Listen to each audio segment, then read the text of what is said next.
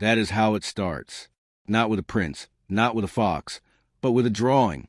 Look at this image. Tell me honestly, what do you see? If you are a busy person, a serious person, a grown-up, you will say, it's a hat. And if you say that, I know something about you. I know that you have forgotten. You have forgotten what it means to look past the surface. You have forgotten the secret language of imagination. The narrator of our story showed this drawing to the adults of his time. He asked them, does this drawing frighten you? And they answered, why should anyone be frightened by a hat? But it wasn't a hat. It was a boa constrictor digesting an elephant. Visual. The drawing transforms into the X-ray version, showing the elephant inside. Narrator. The adults advised him to stop drawing snakes and start studying geography, history, arithmetic, and grammar. They told him to focus on matters of consequence. And so, at the age of 6, he gave up what might have been a magnificent career as a painter. He learned to pilot airplanes instead. He learned to talk about bridge and politics and neckties. He became a sensible man. He lived his life alone, without anyone he could really talk to, until an accident broke his engine and his reality. Tonight, we are going back to the Sahara Desert. We are going to sit beside a broken plane, 1,000 miles from any human habitation, and we are going to meet the boy who will break your heart and put it back together again. This is not a story for children. This is the story of the little prince. Picture the scene. You are the pilot. You are flying over the endless sands of Sahara. The engine coughs, sputters, dies, silence. You crash land. The sand is endless. The heat is oppressive. You have enough water for exactly 8 days. After that, nothing. The first night, you sleep on the sand, more isolated than a shipwrecked sailor on a raft in the middle of the ocean. But at sunrise, a funny little voice wakes you up. It doesn't sound frightened. It doesn't sound like a child dying of thirst. It sounds polite. Voice actor, soft, gentle, insistent, please, draw me a sheep. Narrator. The pilot jumps up as if struck by lightning. He rubs his eyes. He stares. And there stands a most extraordinary small person, examining him with great seriousness. The pilot looks at this boy, golden hair, strange clothes, standing in the middle of nowhere, and asks the only logical question, what are you doing here? But the boy doesn't answer the question. He just repeats his request, like a matter of life and death. Please draw me a sheep. When a mystery is too overpowering, one dare not disobey. The pilot takes out a piece of paper, but he remembers he only knows how to draw one thing, the hat, or rather, the boa constrictor from the outside. He draws it and hands it to the boy. He expects the boy to say, what a nice hat. But the boy screams, no, I do not want an elephant inside a boa constrictor. A boa constrictor is a very dangerous creature, and an elephant is very cumbersome. Where I live, everything is very small. I need a sheep. Draw me a sheep. Narrator, stunned. For the first time in 40 years, someone understood. The pilot draws a sheep. The boy rejects it. This one is too sickly. He draws another. This is a ram. It has horns. He draws a third. This one is too old. Exhausted, impatient, and worried about his engine, the pilot scribbles a simple box with 3 holes in it. He throws at the boy and says, the sheep you asked for is inside. He expects another rejection, but the boy's face lights up. That is exactly the way I wanted it. Do you think this sheep will have a great deal of grass? Why? Because where I live, everything is very small. And just like that, the connection is made. The pilot begins to understand that this boy comes from another world, a world called Asteroid B, 612. Let's talk about where he comes from. Asteroid B, 612 is barely larger than a house. It is a place of immense solitude, but it is also a place of immense responsibility. The Little Prince teaches us our first major lesson here, the lesson of the Baobabs. On his planet, there are good seeds and bad seeds. The good seeds bring herbs and flowers. The bad seeds bring baobabs. Now on Earth, a baobab is just a big tree. But on a tiny planet, a baobab is a catastrophe. If you don't pull it up when it's little, its roots will bore right through the planet and split it into pieces. Voice actor, the prince, It is a question of discipline. When you finish your own toilet in the morning, then it is time to attend to the toilet of your planet, just so, with the greatest care. Narrator, think about your own life. What are your Baobabs? Resentment? Procrastination? A small lie you told that is getting bigger? We all have seeds of destruction in us. If we are lazy, if we say, I will fix it tomorrow, the Baobab grows. And one day, it destroys our world. The prince's life is melancholic. He has 3 volcanoes, 2 active, 1 extinct. He cleans them every day. He watches the sunset.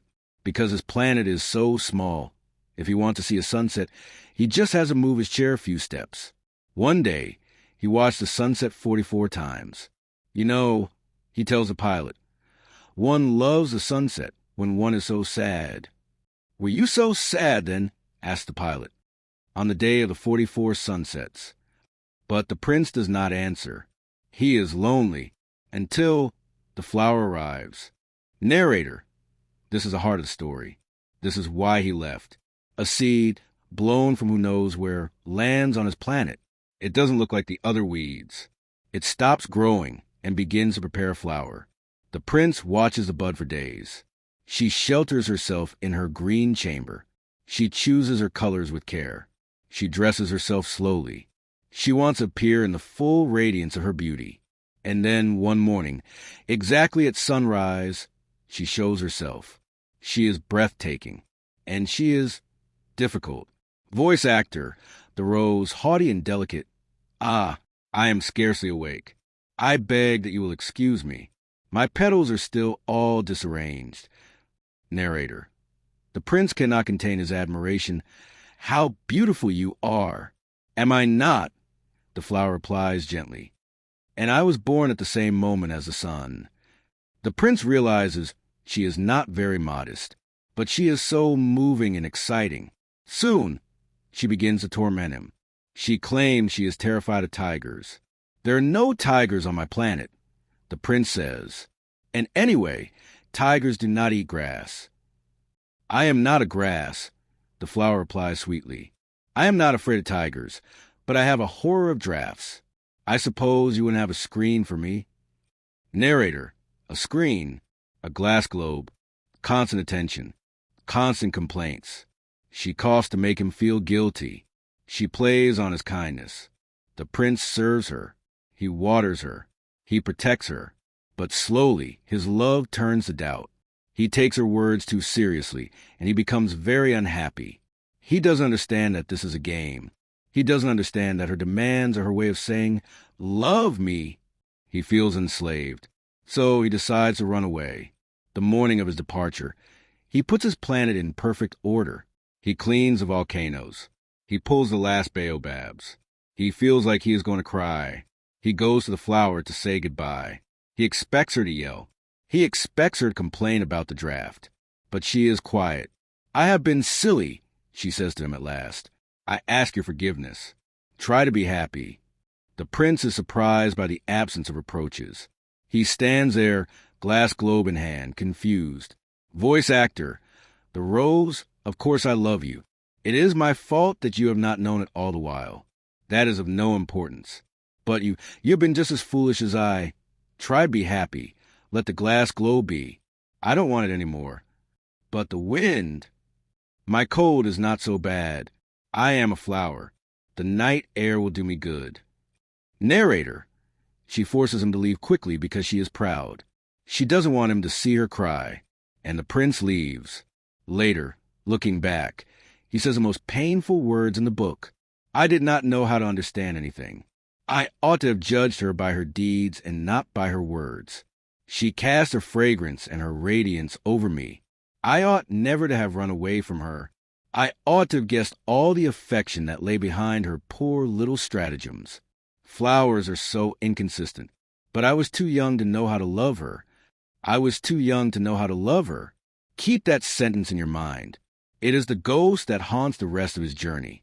The prince travels the universe to find knowledge, and perhaps to forget his rose. He visits the neighboring asteroids. What follows is a series of encounters with the grown-ups. Saint-Exupéry uses these planets to satirize the adult world, our world, Asteroid 325. The king, he sits on a throne. He claims to rule the universe, but he has no subjects. When the prince yawns, the king orders him to yawn. When the prince stops, the king orders him to stop. He is a man who loves power, but his power is an illusion. He represents the need to control things that cannot be controlled. One must require from each one the duty, which each one can perform. The king says, accepted authority rests first of all on reason, but he is ruling over nothing. Asteroid 326. The vain man, he wears a hat just to take it off when people clap. Do you admire me? He asks the prince. He represents narcissism. He only hears praise. He is trapped in the mirror of his own ego. He is the Instagram influencer of the cosmos, begging for likes in a vacuum. Asteroid 327. The drunkard, this is the shortest and saddest visit. The prince finds a man staring at empty bottles. Why do you drink? To forget. Forget what? That I am ashamed. Ashamed of what? Ashamed of drinking. It is a cycle of addiction, the circular logic of despair. Asteroid 328. The businessman, he is red-faced. He is counting. 501 million. He counts the stars. He writes the number on a paper and puts it in a drawer. He thinks this makes him rich. The prince destroys him with one sentence. I am of use to my flower, that I own her, but you are of no use to the stars. He represents materialism, the belief that owning things gives life meaning, even if you never enjoy them. Asteroid 329. The lamplighter's planet is tiny. A day lasts 1 minute. He lights the lamp, then puts it out. Light, dark, light, dark. He has no rest. The prince respects him. This man is the only one of them all whom I could have made my friend, but his planet is indeed too small. There is no room for two. He represents duty without meaning. He is the burnout of the modern worker, following orders that no longer make sense. Asteroid 330. The geographer, an old man who writes huge books, but he never leaves his desk. He waits for explorers to tell him what the world looks like. He tells the prince something shocking. He says he doesn't record flowers in his books. Why not? The flower is the most beautiful thing on my planet. We do not record them, said the geographer, because they are ephemeral. What does that mean, ephemeral? It means, which is in danger of speedy disappearance. Narrator, thunderstruck. The prince realizes his rose is not eternal. She has only 4 thorns to defend herself against the world, and he has left her alone. For the first time, he feels regret, but he keeps moving. The geographer advises him to visit the planet Earth. It has a good reputation, he says. And so, the boy falls toward Earth. So, the 7th planet was the Earth. Earth is not like other planets. It is massive. It counts 111 kings, 7,000 geographers, 900,000 businessmen. It is a planet of grown-ups. But when the little prince lands, he doesn't land in a city.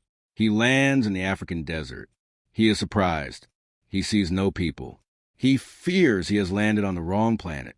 The first creature he meets is not a man. It is a coil of gold in the sand. A snake. Voice actor, snake, whispering, sibilant, ancient, good evening. Narrator. The prince is innocent. He speaks to the snake politely. He tells the snake he is lonely. It is also lonely among men, says the snake. This is a hard truth. We can be in a crowd of thousands in New York or Tokyo or London, and still be as lonely as a boy in the desert. The prince looks at the snake. You are a funny animal, he says. You are no thicker than a finger. But I am more powerful than the finger of a king, the snake replies. The snake coils around the prince's ankle like a golden bracelet. Whomever I touch, I send back to the earth from whence he came. This is a dark foreshadowing. The snake is death. But in this book, death is not a monster. It is a solution. It is a way home. I can help you someday, says the snake. If you grow too homesick for your own planet, I can solve all riddles. The prince understands. And so do we. The clock has started ticking. The prince continues his journey. He climbs a high mountain. He hopes to see the whole planet and all the people at once. but he sees nothing but sharp peaks of rock. He shouts, "Hello?" And the echo answers, "Hello? Hello? Hello?" What a queer planet, he thinks. It is altogether dry and altogether pointed and altogether harsh. And people have no imagination. They repeat whatever one says to them. He misses his Rose. She was always the first to speak. But the real crisis happens when he walks through the sand and finds a road. And roads always lead to men. He comes to a garden blooming with roses. 5,000 of them. He stops. He is stunned. His flower had told him she was the only one of her kind in the universe. And here were 5,000 of them, all alike, in just one garden. Voice actor, Prince, devastated. She would be very much annoyed if she saw this. She would cough most dreadfully and pretend to be dying to avoid being laughed at. And I should be obliged to pretend to nurse her, for if I did not do that to humble me, she would really let herself die. Narrator. But then a deeper sadness hits him. I thought that I was rich, he cries to himself. I thought I had a flower that was unique in all the world, and all I had was a common rose. A common rose and 3 volcanoes that come up to my knees. That doesn't make me a very great prince. He lies down in the grass and weeps. This is the crisis of disillusionment. It happens to all of us. We realize our parents are just people. Our special love is just biology. Our destiny is just a statistic. The magic of childhood breaks against the hard rock of reality. He is broken. He is just a boy crying in the grass. And that is when the fox appears. The fox, the most important philosopher in the book. The prince sees him under the apple tree. "Come and play with me," proposes the prince. "I am so unhappy." "I cannot play with you," the fox says. "I am not tamed." What does that mean, tamed? It is an act too often neglected. It means to establish ties. To establish ties, the fox explains. To me, you are still nothing more than a little boy who is just like 100,000 other little boys. And I have no need of you. And you, on your part, have no need of me. To you, I am nothing more than a fox like 100,000 other foxes. But if you tame me, then we shall need each other. To me, you will be unique in all the world. To you, I shall be unique in all the world. The prince begins to understand. I think there is a flower. I think that she has tamed me. The fox teaches him the ritual of taming. It takes time. It takes patience. "You must sit down at a little distance from me," says the fox. "I shall look at you out of the corner of my eye, and you will say nothing. Words are the source of misunderstandings. But you will sit a little closer to me every day." This is the antidote to the modern world. We want instant connection. Swipe right. Instant message. But the fox says no. Real connection requires time. The prince tames a fox. They become friends. But the hour of departure draws near. The fox starts to cry. "It is your own fault," says the prince. "I never wished you any sort of harm, but you wanted me to tame you." "Yes, that is so," said the fox. "But now you are going to cry. Then it has done you no good at all." "It has done me good," said the fox, "because of the color of the wheat fields. Listen to this. This is beautiful. The fox doesn't eat bread. Wheat is useless to him. But because the prince has golden hair, the wheat will now remind him of his friend. He will love the sound of the wind in the wheat. Love transforms the world. It makes the useless things meaningful." And then the fox gives the prince his parting gift, the secret. If you remember nothing else from this video, remember this. What is essential is invisible to the eye, the prince repeats. It is the time you have wasted for your rose that makes your rose so important. Men have forgotten this truth, said the fox. But you must not forget it. You become responsible forever for what you have tamed. You are responsible for your rose. The prince goes back to the garden of 5,000 roses. He looks at them.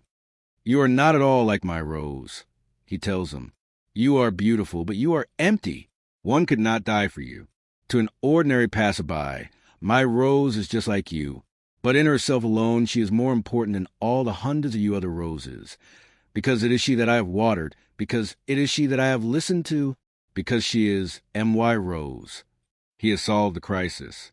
Uniqueness isn't about being the only one in the universe. Uniqueness is created by the ties we build. Narrator, let's return to the pilot. It is the 8th day in the desert. The water is gone. The pilot is feverish. Death is close. The little prince says, "It is good to have had a friend, even if one is about to die." They start walking to find a well. It is absurd. A well in the middle of the Sahara? But they walk. Night falls. The stars come out. The prince is tired. The pilot picks him up and carries him in his arms.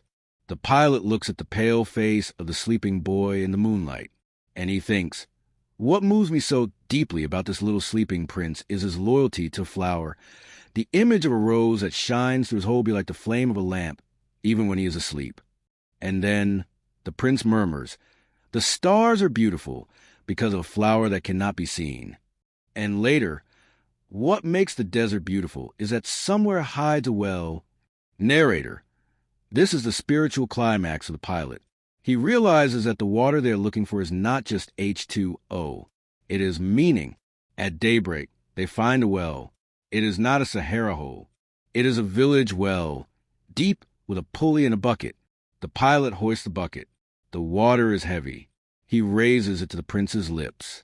The boy drinks with his eyes closed. It is like a feast. This water, the pilot says, was something other than a drink. It was born of the walk under the stars, the song of the pulley, the effort of my arms. It was good for the heart, like a gift. They are saved, but the pilot notices something else. The prince is looking at the wall of the ruins nearby. He is making plans. "You must keep your promise," says the prince. "What promise?" "You know, a muzzle for my sheep. I am responsible for this flower." The pilot draws the muzzle, but his heart is heavy. He senses the end is coming. "You have plans that I do not know about," he says. The prince blushes. "Tomorrow," he says, "it will be a year since I fell." The next evening, the pilot returns from fixing his engine. He sees the prince sitting on top of an old stone wall. The prince is talking to someone, but the pilot sees no one. "You have good poison?" the prince asks. "You are sure that it will not make me suffer too long?" The pilot's heart stops. He looks down. There, standing up toward the prince, is a yellow snake. The pilot rushes forward, pulling his revolver, but with metallic sound. The snake slides away into the rocks. The pilot catches the boy in his arms. He is pale as snow. "Little fellow, what is this?" "You are talking to snakes now." The prince looks at him. "I am glad that you have found what was the matter with your engine. You can go back home." "How did you know?" "I am going back home today, too," says the prince. "It is much farther. It is much more difficult." This is the hardest scene to read. The prince tries to comfort the pilot. He gives him a gift, not a material gift, but a gift of perspective. "All men have stars," he says, "but they are not the same things for different people. For travelers, the stars are guides. For others, they are no more than little lights. But you alone will have the stars as no one else has them." "What do you mean?" "In one of the stars I shall be living. In one of them I shall be laughing.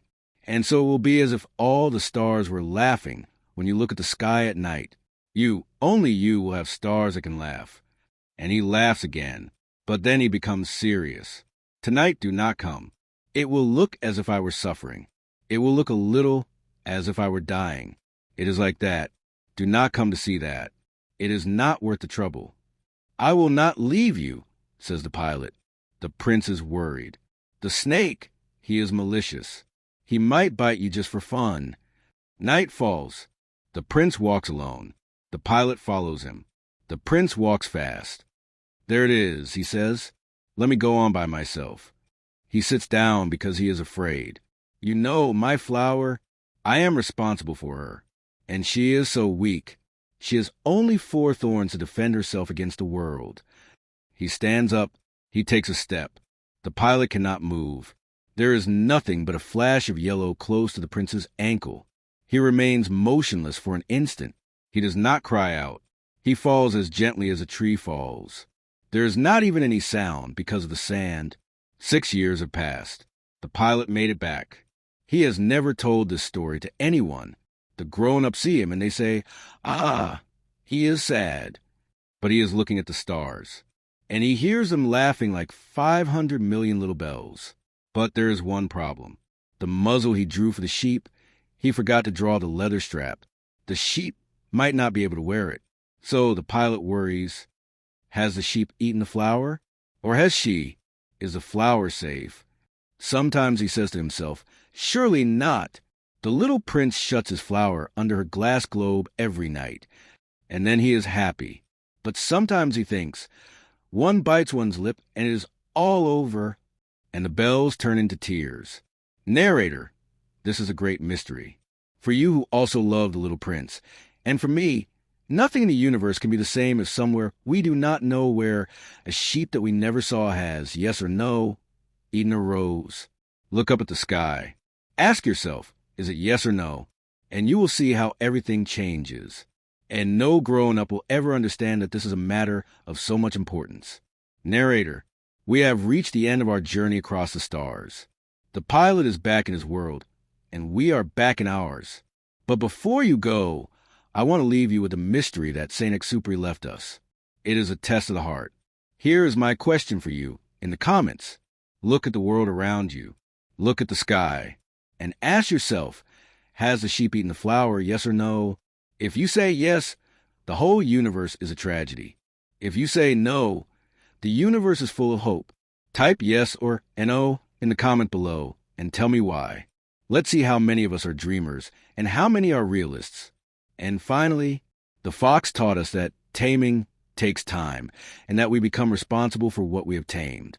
If this video touched something in your soul, if you're tired of noise and are looking for content that speaks to the essential, then subscribe to the channel. By clicking that button, you are not just following a channel. You are joining a small planet of people who still know how to look at a hat and see a boa constrictor. Thank you for watching. And remember, look up at the stars.